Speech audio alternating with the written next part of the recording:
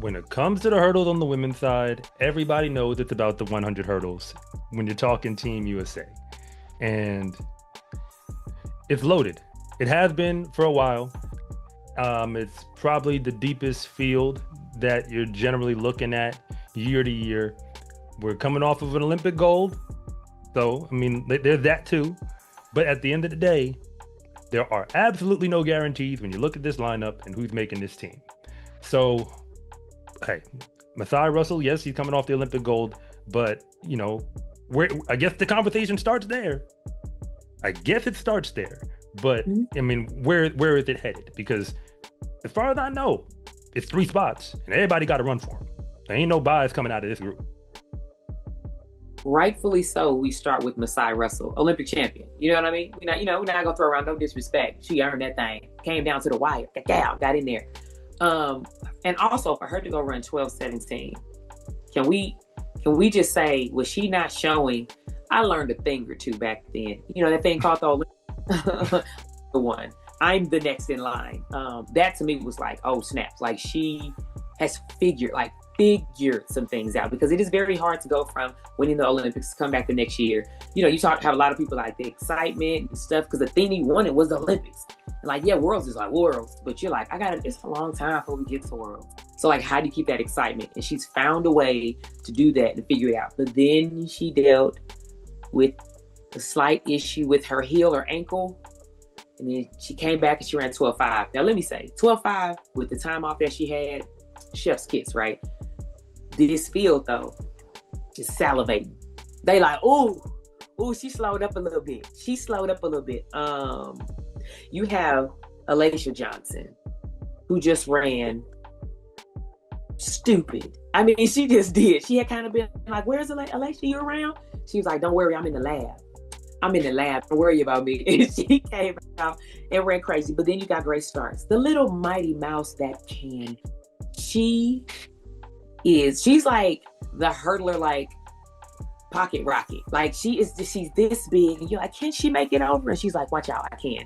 I absolutely love her because she's so fierce in this tiny little package, and she's always in this little lane over on the side, and you look over and you're like, who is that ahead? And it's like, it's Grace. I mean, she's just dynamic. Like, I mean, she trains with Grant Holloway, and she talks about like the things that she's learned from him and all this. And if you don't think that being bottled up lead to a great career, you're crazy. Then I'm going down my list. Then you got Tonia Marshall, who trains with Sha'Carri, Melissa Jefferson, and TT Terry every day, and then just with Dennis. So that just in itself, it's one of those like, when's it her time? Because she's always like, did somebody say something? Somebody thought somebody said something because I was right there. She's always right there in the race, and it's like she's just getting out leaned. But she's staying so patient. She talks about her faith all the time. She's like, I'm just trusting God, and when it's his time, it's his time. I'm gonna do my part. So when it's his time. So I just want to say, don't know about the lineup yet. We haven't discussed that part. But if she crossed that line, that top 3, she probably gonna lose it. So everybody just back up a little bit and give her space. She's gonna lose it. But the person I really want to talk about is Aaliyah Armstrong, because she reminds me of any underdog that was talked about at one point, because LSU, crazy, like amazing, figuring stuff out. Haven't really heard of her making noise, but she's been real low key. Like, she's really been on the uprise. Like at pre, she had a hiccup. I think she cramped up in the back, so that sucked because I wanted to see her run. But to me, she's that dark horse of like, if she just absolutely says, I don't care, and just goes, she gonna mess up somebody's plans. So it's who else? Well, you got Kenny Harrison, okay, former world record holder, and then you got Destiny Hoover, like from Wisconsin. Okay. So them the people that I'm saying if I miss somebody, don't. Okay, now, go ahead. Yeah, I was gonna say. I mean, you got everybody. You didn't even mention Christina Clemens as well. Yeah. Hey, mama. Hey, mama. but Coach Rob, what's your thoughts? I mean, the thing is, once I pick someone, I try to not go back on it. Okay. So the thing about Masai Russell, which is why for me it starts and ends there, is because she turned me into a believer from USA's on down. Because again, going all the way back, let me tell you, I'm gonna tell the story. Okay. Hey, for y'all at home, let's go. Story time. So, Tom Jones. I remember I pull up. This is 2024, and everybody's running. A whole bunch of people at Tom Jones. A lot of people pull up for that meet, and I remember looking. I'm like, is that Masai Russell? Yeah, okay, that's her. And I'm seeing, and she fell over the hurdles. And I know she was coming off of the situation where kind of dealing with the old contract thing and all that. So now she's representing for Nike. So I'm seeing that, and then fast forward, and we get to USA's where we know what happened. She ends up winning, and I'm like, okay, remember the field is deep. Yes. The field is very deep. So it's like, I feel like when I watched it, I was like, okay, she won it. But like in my mind, it felt as if it could have went a bunch of different ways if we had run that race again. And then you go through the Olympic rounds and then we get to the end. And when we got there, I still wasn't sold. I'm just being honest. I was sold as in like, yes, you got a gold medal. But like, am I going to now say that like you are, the best hurdler in the world? You want it. Okay. As far as like, again, I'm not saying about the championship. I'm talking about like, because again, I'm thinking of it as sport. Yes. Like, as sport, are you the best hurdler in the world, or could other people just get you depending on how that went? When we got into indoor this year, and I know indoor and outdoor is not the same thing, but when we got there, and I started seeing her show up with a lot of talent and keep showing up at the front, that's when I said, maybe you're just better than these people. Maybe I missed that part. Because I kept discrediting it until I saw that. And then you add the Grand Slam moment, which I didn't need to be sold anymore. But you know how they on Shark Tank, they be selling, but it's time to make a deal? She was still selling. Like I was already in. So that's why I say like, I know that she's had like kind of, I guess it's like kind of she stepped away from track with like injury or something like that. Because she's been overcoming or what have you. But I'm saying again, I just want to see the best people run. Just being honest. Yes. I feel like she's on that cut now of like, clearly, if we want to send our best, we got to send you. So I want you to go because I want our best to be represented. Remember, it's not the uniform that's going to make us fast. It's going to be the people in it. From there, I work my way down. And then Grace Stark has been pretty consistent as far as like rolling out of college to get here. So it's like, to me, it's them too, if I'm picking that. Is Tia Jones out? Man, she out now. No. Because that was so sad. Because this was going to be her moment. Listen, I actually, so I did USA Track and Field. That was one of the races that was before NBC, and it started on the actual broadcast. So I was broadcasting with USATF, and I'm on there, and I'm like, oh, and of course she was out because Tia be out. And so I go, okay, she running where? And I said she fell, and I was like, it's okay. And so the guy goes, oh, I hope she's okay. And I was like, no, she kind of fell around hurdle 4. Like if you're gonna fall, you want to be at like hurdle 1 or 2, 3, 4. I was like, but she'll be okay because when I heard that she hurt herself, I was like, just scratch the hurdles this year. Can we just not send a team? She's been so ready, rolling, and it's like something else. And so I sent her a message, and it was one of those like, let me speak to you real. Like, girl, you being tested. Like, you being tested on another level where I don't know. And it was one of them like, I done been there where you looking up and you like, for real?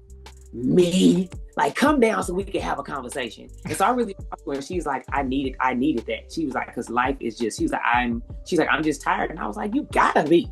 You just overcame something that you maybe couldn't overcome, and then this. And my heart, I was devastated.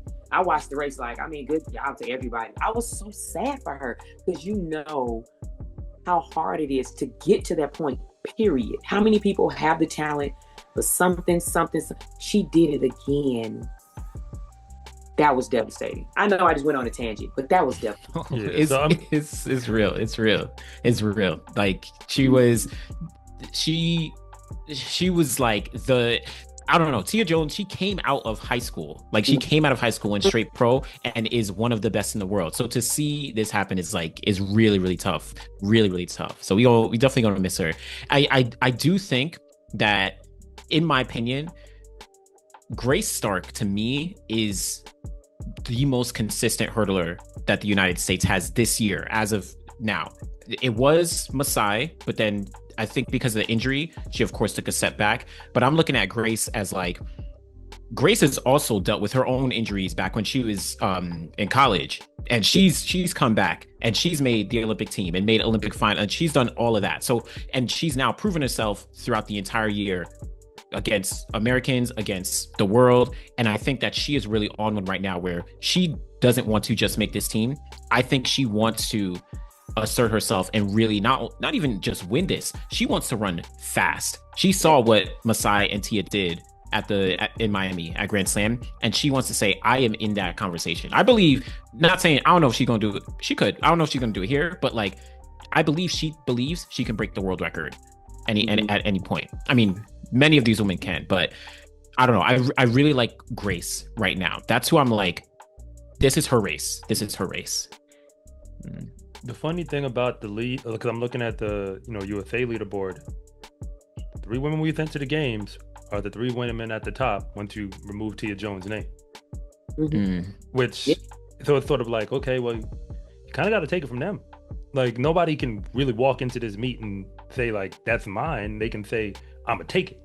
Yes and no, because, so here's the other part where I'm like, love you, Alicia. I do. She hasn't had a ton of races. And people don't always need a ton of races. They do not. But she went out, she ran crazy. Sometimes that can be hard when you just haven't, like, have you figured out how to go, I took a long break and then bye-bye on y'all. I took a long break and then bye-bye on y'all. That's hard to do. That is hard to coach someone to do. And that's hard just as an athlete to do. Because it's one thing to line up, but it's another thing to get to that third hurdle and you got somebody right there and you're like, I ain't felt that in a while. I ain't felt that in a while. I ain't felt that in a while. Guess what? I got 2 more hurdles. I ain't felt that. You know what I mean? It's a different level besides running. And you're like, don't tighten up. Don't tighten. Nah, don't. That your trail leg. You're trying to rush it now because you at 9 and somebody coming off a 9, which you cut your trail leg short. And then all of a sudden that body spin because you hit the trail leg. Or you're trying to rush that lead. You cut it. It is just so many more things and factors. And that's why for me, like, Alicia's ready. But for her to be the top 3, it brings that nervousness because we haven't seen a ton of races. And I know it's different reasons for people, but that just made me nervous. What do you think about the experience here where Kenny Harrison and then you also have Christina Clemens? I knew you were going to say that name. Well, I mean, because they've been, both of them have been running pretty well. Kenny Harrison, she's had some ups and downs over the past couple of years. She did change coaches. Now she's down in Arizona and she's been running pretty well. And then even Christina Clemens, who's even more experienced than Kenny Harrison, and she's also kind of coming into her own. Like, I think in the race, the most recent race with Alicia Johnson, she was like right behind and she ran extremely fast. But I wonder if their experience is going to help them to get over the youth. And again, we haven't even spoken about like Aaliyah Armstrong, who you mentioned, who's like, but I don't know. Like, no, for sure. I think this experience obviously is going to play a huge role. The only thing for me about Kenny is she ran fast, but I think like after that, her times kind of went. Yeah. That was like, oh, was that just that one moment? Did they have her ready too soon? Like that made me a little nervous because it was like a one-off. Because the issue is for an athlete, I got some experience, but I also have experience of I just ran fast and I can't duplicate that. Now is it up here? Because I'm over here like, come on, man. I've been going to the bag. Like, I've been racing. I didn't run fast and then went back to the crib and we just fine-tuning stuff. I've been racing. And she's been in good races and she's been getting beat. So that to me is where it's like that experience sometimes can kind of be diminished a little bit because you haven't replicated that over and over again. Now, Christina, not gonna lie, I'm liking her trajectory because she did hers recently, and I think she did it like twice. She did the earlier run also that they had in the day, and then she came back and doubled down. And so I said, "Oh, you doubling down?" And so for me, with that experience of like it being recent, and she's like, "Cool, it's clicking at the right time." That's all I need to see. That's all I need to see to have that confidence. So Christina got that start where she like, "I'm gonna get with you, or I might leave you," and for her to now know. No, I can hang with you in the latter part. Because before Christina was jumping out and she would just lose it at the end. And so that's where I am on both the experiences. I mean, well, I'm going to throw Aaliyah Armstrong's name back out since you brought it there. And Go. the reason why is because, again, there's two ways to slice it. And one is we look at, the times and the clocks and so on and so forth. And the other is when I think about competition. On competition, I feel like, yeah, nobody's perfect. But competitively, like from race with Grand Prix to, that race in Brescia that, nobody was really paying attention to, like that's what makes me say, like, if I was going to look for somebody who wasn't in that top group last year, like competitively, I'm seeing it there. Because again, to me, when I see people, especially when I see people run fast in a meet that's like kind of like multiple people run fast and it kind of just happens one off over there somewhere, I just assume that if other people who are fast showed up, they'd run fast too. Yeah. Like I don't necessarily, because we'll, like, these world leads that pop up. That's why I say everybody ran fast to Ed Murphy. Like to be real, like I'm telling, to being real, like we had world leads drop in all these different areas. To the point I was like, they got different clocks over there. I said, I'm not trying to be rude. Because if your clock is delayed by 5/100th of a second, nobody's really gonna know. Like nobody's gonna notice at first. As long as nobody breaks a world record, no one's gonna notice. Yeah, that's you. I mean, at first. So like, granted, I'm just saying something random, but like fundamentally speaking, it's like competitively, she's gotten used to like, okay, executing, beating the field that's there. Some of these same people within these fields. Yeah. So as a result, it's like, okay, they know she could win. Like they know she could beat them. It's just that, like, what I think, okay, if I'm gonna call my three, if I'm gonna call it, ain't no way. like, it's hard to call. But hey, nope. But go ahead. We don't know, but I'm gonna throw it on the board. What I'm gonna throw is, I think Grace Stark is the one I feel the most confident in. Like that's what I feel the most confident in, based on like all the evidence. It's like when this dust settles, you finna be there. That's what I would say. And then I want Masai Russell to go so bad because it's supposed to be her. That's how I feel. So I'm gonna have her go anyway, because like your mom, because you're supposed to go. Like I've seen all the evidence I need to see. Yeah. Like cause see, when I was coaching, I was not the coach who was going to switch up on an athlete because they had one bad race. Yes, as you should not. Like, but there, those coaches exist where they act like, okay, well today this person. I'm like, but through the whole season, I've been way better than this person. And then I have one bad race where their good race still isn't me when I'm executing, and you're gonna toss me aside. So with that in mind, I'm gonna put her, like I'm gonna say those two, but Grace Stark's the one I feel the most confident in. I'm not saying she's gonna win. I'm just saying, yeah, you're going. Right. And then if I gotta pick a third, I'm actually gonna go Aaliyah Armstrong over Alacia Johnson right now. Alacia Johnson would be my wild card, because like I'm not surprised if she go. It's just, if I'm going off of that, I mean, again, races Grand Prix, that's a big deal to go down there and win that. No, for sure. Like, and then she was in Brescia. But I was there too. Yeah. So I'm like, okay, like I'm not just throwing it at the wall. Yeah. Like it might not stick, but I mean, it was a good throw. Listen, unless you got something to say, you ain't suckering me into saying top three for this one, because I love hurdlers and I'm not turning my back on nobody. How about that? We're not gonna put you on the spot, because I can't. Like, I'm looking at this and I understand. I'm looking at my list. Sorry, I'm looking at my looking at my list. Okay. And when I just look at the year, just hear me out.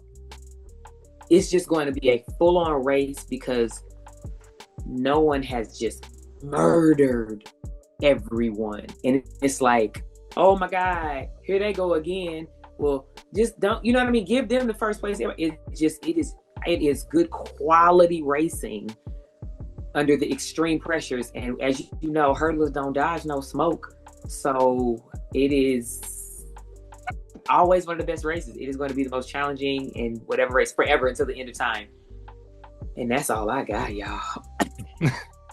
Do not blame you. This is it's about as much of a toss up as you can get in anything. It's crazy. I will say on my three, like, I agree that Grace is like the most consistent. That's who I feel the most confident about. I also, for whatever reason, I don't know, but I feel something about Christina Clemens. Like she has been trending upwards. And after that race that she had, I know Ed Murphy, but like she was just like, I've been waiting to hit 12.3. And like it was like plus 2.1. And she felt confident. And I know that something is clicking for her. And she's been here since I think she was at the 2012 Olympic trials. I think she was like there. She's been here for a while, but things are like really working. So I don't know. So I like her. And then also it's crazy, but I really do like Aaliyah Armstrong too. Aaliyah Armstrong, it's crazy. I don't know. Next week things might change, but like Aaliyah, people forget Aaliyah was 4th place at the World Championships in 2022. Like the World Championship. She made the team, finished 4th place there while she was still at LSU. She has experience. Now, she had some setbacks in between, but like it seems like this is her year too. Now, again, it's so tough, but I feel the most confident about Grace, but I feel like Christina and Aaliyah are like trending upwards where it's like they're just gonna hit it. But granted, I could be I don't know. Everything could change. Yeah. I don't know. Let's do a little shift over to the women's 400 hurdles, because maybe not as deep of a field, but it's very, very competitive. I mean, so we know that Sydney McLaughlin-Varone, she's not going to be running. She's confirmed in the 400. So that kind of eases things up a little bit for the other women in this field. But it also makes it pretty interesting because now you have Dalilah Muhammad, who has been on fire. She's been setting masters world records, but it doesn't feel like she's a master. I feel like she just came out of college. Yes. Like, I don't know what's going on. Anna Cockrell, Jasmine Jones, even Kayla Garrett from the NCAA. Like, this is an interesting. This is a very, very interesting field. But Dawn, I don't know what your thoughts are on like this 400 hurdles. Oh my God, Muhammad. Listen. After that, drop the mic. I'm done. And the only reason I'm saying it, did she really just come back and start running like this again? And not a comeback. I'm saying from her breaking world records and like going toe to toe with Sydney, had that setback. We was like, can you come back, please? Can you come back?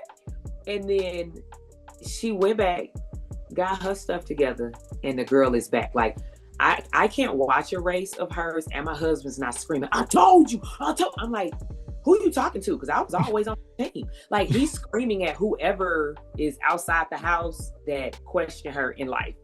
Like, we're just those types of fans. And she's just running so well. But the fact that she's with Anna Cockrell and they going head to head and Anna talks about when she first, came to Boogie and was training, she's like, I'm with her. Like, I'm training with her. She was saying how she learned so much and to see how she, attack training and all these things. But Anna's like, I'm Anna. I'm Anna. You're real cute, but I'm Anna. I mean, the way she ran in the Olympic final blew all of our minds, because who was going to be Sydney and Femke? Oh, it's going to be those two, but Femke ran rounds before, so it's probably just going to be Sydney. And then Anna was like, y'all going to play me? And the way she held on at the end. So I think with that experience and her now being like, I'm going to show you why I got that silver. Like, I'm going to show you why I need to remain in this conversation, whether Sydney's here or not. I just have to say, for me, like, and then Jasmine Jones, like, Joanna's doing a great job. I mean, she made the switch with Joe from leaving SC to come. Hear me out. Dalilah. I can't. That's it. That's it. Who would you? Because she's back. And it's so crazy because she back and she about to leave. Like, girl, how dare you? Who you think you are? Are you back and leaving? Who does that? I love it. Go ahead. I tried in my mind while you were saying that. I was trying to think, because I was related to other sports I know. I couldn't come up with a viable comp. And the reason why was because it was like, okay, like, I think about athletes who have a resurgence. But I mean, and I'm gonna say it this way, because Sydney's not in the field. I mean, we're talking about USA's, but I mean, this is still a gateway to Worlds. Because it's Anna Cockrell and Jasmine Jones who are right next to her, but she's above them, and because we know about what she was before what I call the Sydney McLaughlin-Varone era. At that point, it's like, yeah, like you're not just back, like you here, And it feels like those three, like it's almost like Sydney dominates so much of the conversation that when she exits it for a moment, she like gives other people a chance to shine. Cause we didn't realize they was as bright as they was. It's just that like her light is so it's there, so it's like it takes the shine away. Like I think, well, I expect us to get medals in this event this year. And I said medals, plural. Absolutely. We got back with but 2 or 3. Quit playing. Like that's what I'm expecting. I mean, it's just so it's sort of like, and granted, Rachel Glenn is an amazing talent. Amazing talent. I don't even know if she's going to run the 400 hurdles. Yeah, I'm not even sure she's running. Remember, she had the lead record holder in the high jump. But she didn't even compete at NCAA's this year. I'm not even sure if she may compete at USA's. So with that in mind, and that's just where my thoughts are. But you're right. I totally agree that Dalilah Muhammad has so emphatically re-entered the discussion as if she never left. I see it like it's one of those ESPN 30 for 30 that they never made, but they need to. Do you hear me? That would be great. That would be so dope. Because it's like we know, but we like, what was the other stuff? Oh yeah. Yeah. I feel like I feel like there's that solid 3: Dalilah, Anna, Jasmine. I'm just so intrigued on what Dalilah is gonna do here, because this is her. She knows, all right, I need to make the team, but it's also my last USA's. Granted, who knows if you're still running 52 seconds, who knows what you might want to reconsider in the future. But she's looking so great. I'm excited to see what all 3 of them really are able to do, and especially Anna Cockrow and Dalilah, they train together. Sure, they know, they work together, they support each other. But I know Anna's when we get on this line, and Dalilah's thinking the same thing. You off your little farewell. Go ahead. Do that song. You're like, yeah, that's real cute, but I'm about to ruin your last race. That is a thing.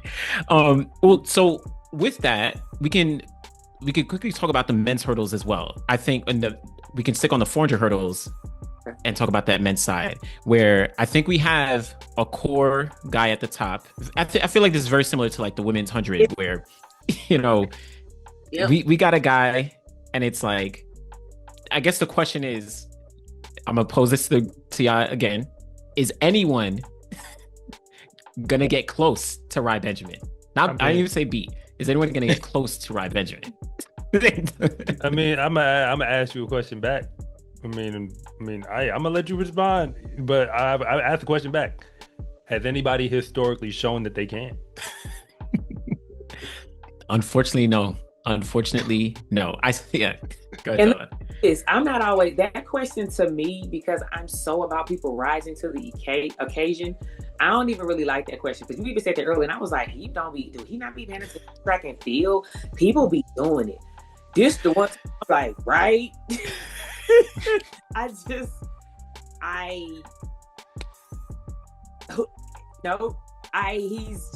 He's so spectacular. And I think what I love about him being so spectacular, he works as if he's not. And I thoroughly enjoy that. He's trying to still pick apart. And we dude, do you know? He's no. I love every bit of that. So that's what I got to say about that part.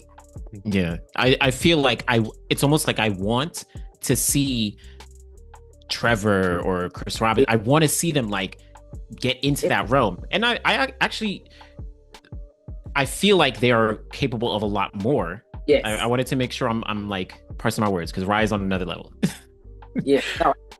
Well, the thing about Rai Benjamin, to see to a lesser degree than what we see with Sydney to some degree, but I'm saying I think what happened in the 400 hurdles, because Karsten Warholm was a little different. Like he's like such an amazing 400 hurdler, but like that's his event.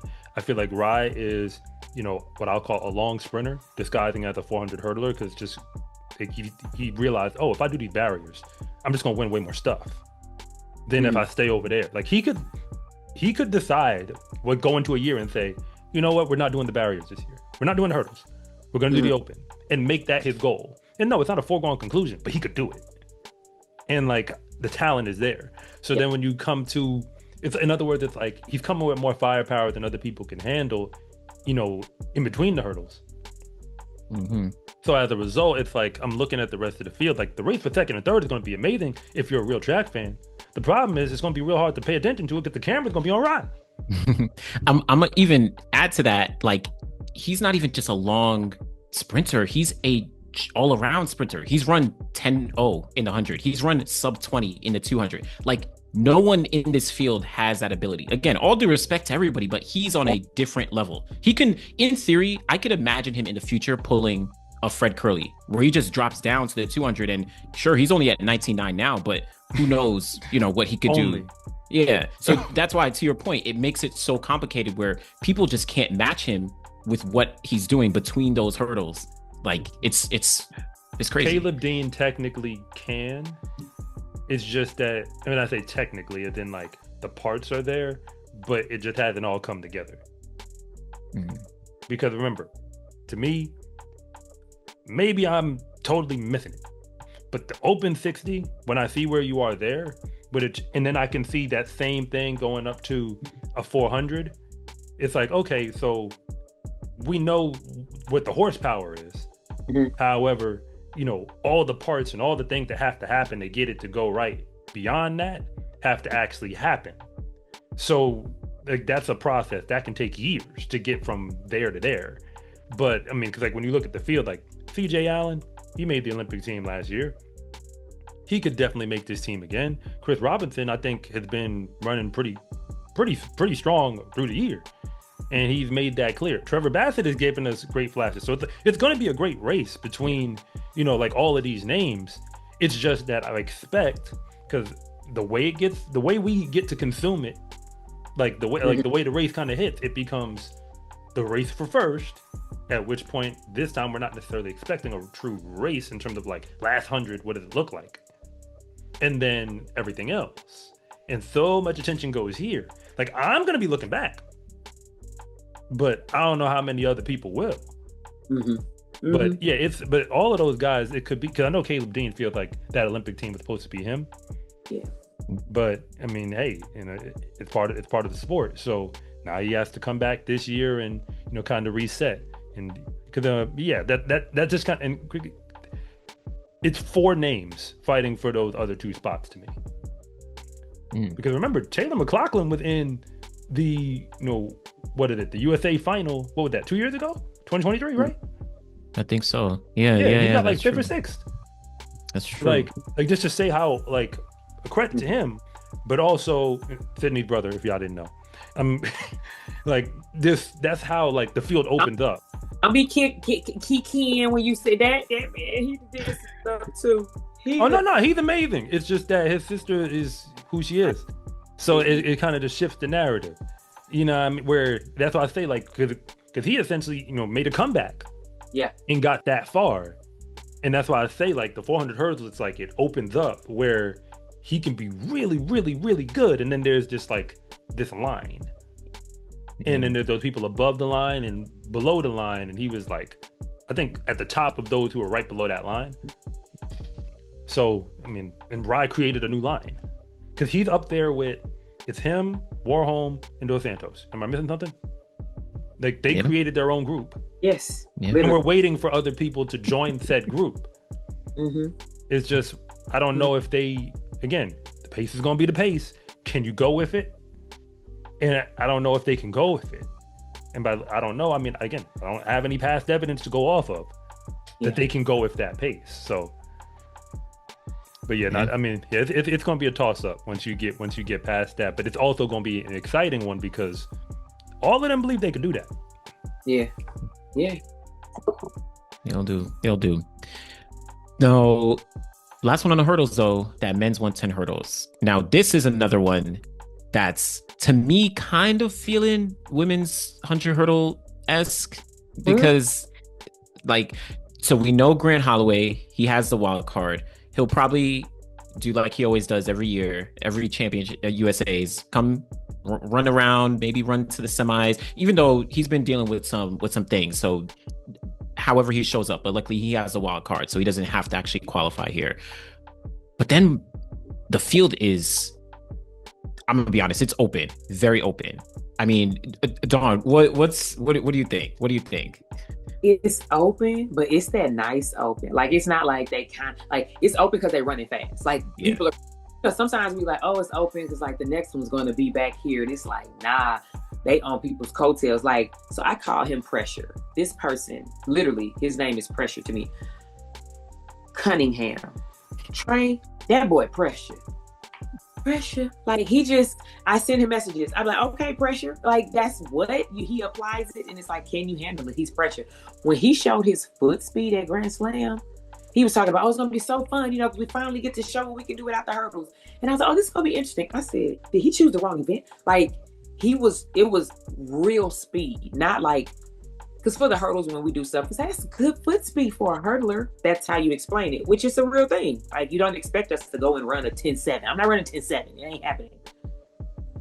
But if I go and run level 1, it's like, whoa, that's crazy. You can run level 2, and it's like, whoa, did you choose the wrong event? For the men, that boy went out there, and I said, oh, you one of them. You one of them where you was like, I just want to have fun over here with the hurdles, because he could have went the other way. Yeah. He's Cordell Tinch. I'm loving that Mr. Cell Phone Man. You know how he worked with phones. He was selling cell phones. I'm so happy he's selling cell phones no more, because I just love seeing him every time he line up. That man, did y'all see, what race was it? Where he was warming up out on the track. This is right before the race started. You know how they'll do a blowout and they go over 1 or 2 hurdles? And he goes over 1 and he decides at the last minute he doesn't want to go over 2, and he pops up over the top like that's 42 inches. I will find the video and send it to you. He literally did it like it was a little wicket. I mean, it was so beautiful, and it was like the power that he possesses. Then you got Daniel Roberts. That man gonna make me have gray hair. I'm gonna have gray hair. I'm contributing about 5 of these to him. So talented, but he's the type where it's like, Daniel could go out here and break the world record. I don't know today. Daniel gonna do what Daniel gonna do in this race. Then you got Freddie Crittenden. Crittenden say, I'm gonna enjoy my way straight to the top of this podium. That boy having so much fun with this thing called hurdling. And I think that has served him so well. So many people deal with pressure and all this. He's like, I'm enjoying life. I'm married to the love of my life. I got my first baby. He's just enjoying life. And that is helping him not have so much pressure. And he's just been executing so well. Sorry. And then Jamal Britt. I want you to break down who Jamal Britt was. Because you were saying people don't really understand who he is. He's been someone that's just been around, like nice, nasty around. And then he'll win a race. And you be like, oh, he's talented. It's like, exactly. I mean, I'll say this much, because with Jamal Britt, what happened was he was at USA's multiple years, and he beat that guy in the final who's like just missed the team. But again, when Grant Holloway's blowing him out, we're not noticing this. So that's why when he pulls up to the slam and does what he does, because I ain't gonna lie, I'm gonna call it the way I feel. What happened was I wasn't paying attention. Like, I was so busy focused on what was happening over here that the names that were over there, I was just not noticing until I went back and looked. Like, wait, you were here the whole time. I just wasn't looking. So when he went to slam, I was like, oh man, okay, my bad, my fault. Because I treated him like a random, and he was not by any stretch of the imagination. It's just that that was my whole Jamal Britt take. Because when I look at this field, though, again, this is how I'm seeing it. Let me see. You brought up Trey Cunningham, and you brought up Cordell Tinch. Although Grant's not running, they are different versions of him, and I'll explain what I mean. Cordell Tinch was basically Grant Holloway. More or less. When you go back to high school, they're the same thing.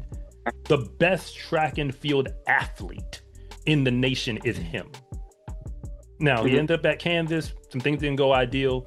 And then, he ended up out of college and ended up at Pittsburgh State. The 1 year he's at Pittsburgh State, wins the high jump, the long jump, and the 110 hurdles in Crazy. D2. But keep in mind, the performances he's putting down, you can move those to the NCAA D1. He would have been fine. Like he would he would have put, they would have basically been like what, fifth in the nation just off of him. Yeah. So like between those three events. So you get that, and then Trey was the best hurdler in the nation when he's coming out. And now we know why. Because he was better than y'all. Like, not better than just the hurdles. He was faster than you, and he was hurdling. Mm-hmm. So then when you get to see, I'm gonna bring Dylan Beard in here. Mm-hmm. Dude, hey, I'm sorry, Walmart. Walmart. You know what I'm saying? Listen. You see how I know Dylan in the baby blue. My bad. I'm just saying. Look, you know what I mean? It's never a question where he is. He got the baby blue. Okay, I'm sorry. Go ahead. Yeah, because he I appreciate it. He's in that group where he wasn't. It's safe to say he was not supposed to be here. Like, his trajectory is not them, and that's why Jamal Britt, he's in that gap where he's like almost as fast as Trey, and I think that's what we saw. And obviously, technically, he can put it together. But at the same time, I mean, hey, now it's all going to come down to this final. Yeah. Where you got to be there, and then you got to put it together. And then, because when I see Daniel Roberts and I see Freddie Crittenton, I see hurdlers. That's what I see.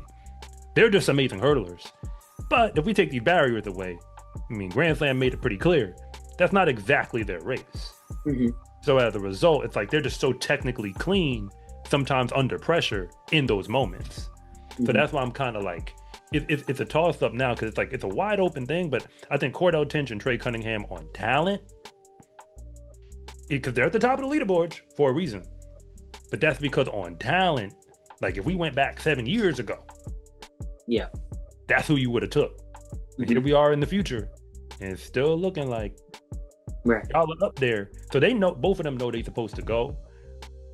But anything can happen. But I ain't not taking Trey. Yeah. And I ain't not taking Cordell. You have to understand is with Trey clean. Look, when you look down the lane, Trey, if he touches one, it's like, whoa, Trey, what happened?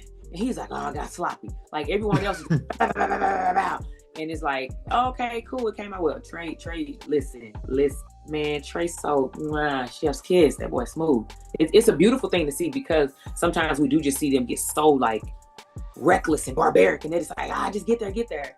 And he is so aggressive, because it almost looks like, is he being aggressive? He is. He's just that clean. Pressure. He is on point. He is so on point. And I think I hit everybody. The only other person I'm thinking of is Jacoby Tharp, coming off of NCAAs. He is not only coming off NCAAs, but he also went over to Europe, did a couple races. He's done pretty well, got that experience. So now he's bringing it back here. And when we're talking about an event where Grant Holloway already has a bye, sure, Trey and Cordell probably are like the two guys right now on paper, but like honestly, anything can happen. Jacoby could find his way to slip in here. And let's not forget, 2019, Grant Holloway, Daniel Roberts, they were the NCAA kids coming out of college, and both of them made the team to Worlds. Jacoby Tharp, he's probably the top NCAA guy right now going into USA's, and he could really kind of quote unquote spoil the party. And similar, Cordell Tinch, he did the same coming out of D2. So in my mind, I'm like, Jacoby Tharp should make this team, but I'm not gonna pick him to make the team yet. But like he's someone who I'm looking forward to. He's someone I have my eye on. My thought about him is, when you said it, I was like, I still feel like he has no chill button, because he has no reason to. Yeah, like that's how it feels. Where he's like, why would I chill? Like, I'm gonna put my foot on the gas. We gonna do this, and like until he had the reason to switch up the approach, like between, because that's why it's like, again, that's my thing as far as like how these rounds gonna go. For him specifically, because he's supposed to be in the final, but then I think how he gets there will dictate what the final looks like. Because remember, most of his races this year, he could out-talent the field. Right. And that's not now. So like, that's a real mental shift when you can out talent them, and then okay, I might have to execute on this one heat over here. Yeah. And versus, but yeah, I mean, See, I want Dylan Beard on this team. yeah, no, I know. I want to see him on it. He'd a heartfelt, like, you know, if things are really right in the world, Dylan Beard will be on this thing. I'm with you. What you just said about, you know, being able to out talent the field, that makes me think about how so many times high schoolers and collegiate kids in particular, they look at a time that they ran and they're like, oh, I'd have got third there. Oh, I'd have got seventh there. But I've had a conversation with Michael Cherry. You know, he went to LA, right? This is when he first got out of school. First, I'm talking about he fresh. We literally like on the plane. It's like his third trip. And he's like, this ain't what I thought. And I'm like, what do you mean? He was like, man, in college, he said they would literally be at races. They'll get done and see it. Like they would look at a Diamond League race and be like, man, I'd be all them. So I'd have made $10,000. He said they was just like, this gonna be easy. And he was like, don't nobody prepare you for this. He was like, that time ain't the same as when you get on the plane and you don't have your nutritionist and your. I was like, yeah, so that's, I love, sometimes people are, oh, they'd have got it, would they? When they line up with someone that actually at this time is better than them, can you? Now, I will say that Thorpe, he's done it consistently, and I've seen that he does have that little bit of reckless abandonment where I'm like, he might fit in quite nicely, because as a hurdler, you kind of off your rocker anyway. But he seems like he's someone that accepts the challenge and wants to see how good he could really be. And I just think sometimes people try and pick a time and plug it in, and it's like, it's not the same, you know, when you actually line up with the people that you've been watching on TV and hoping to race against them one day. Yeah. Hey, I think that is like, I don't know, all this is like the perfect encapsulation. This men's 110 hurdles, extremely competitive, very unpredictable to a degree, but we gonna see. My name is Anderson from The Final Leg. And I'm Coach Rob from SCA Track and Field. And thank you for watching this segment from The Finish Line. If you want to know what's really going on at the high school and college level, be sure to subscribe to Coach Rob Track and Field. And if you want more content on the best track and field athletes in the world, be sure to subscribe to The Final Leg.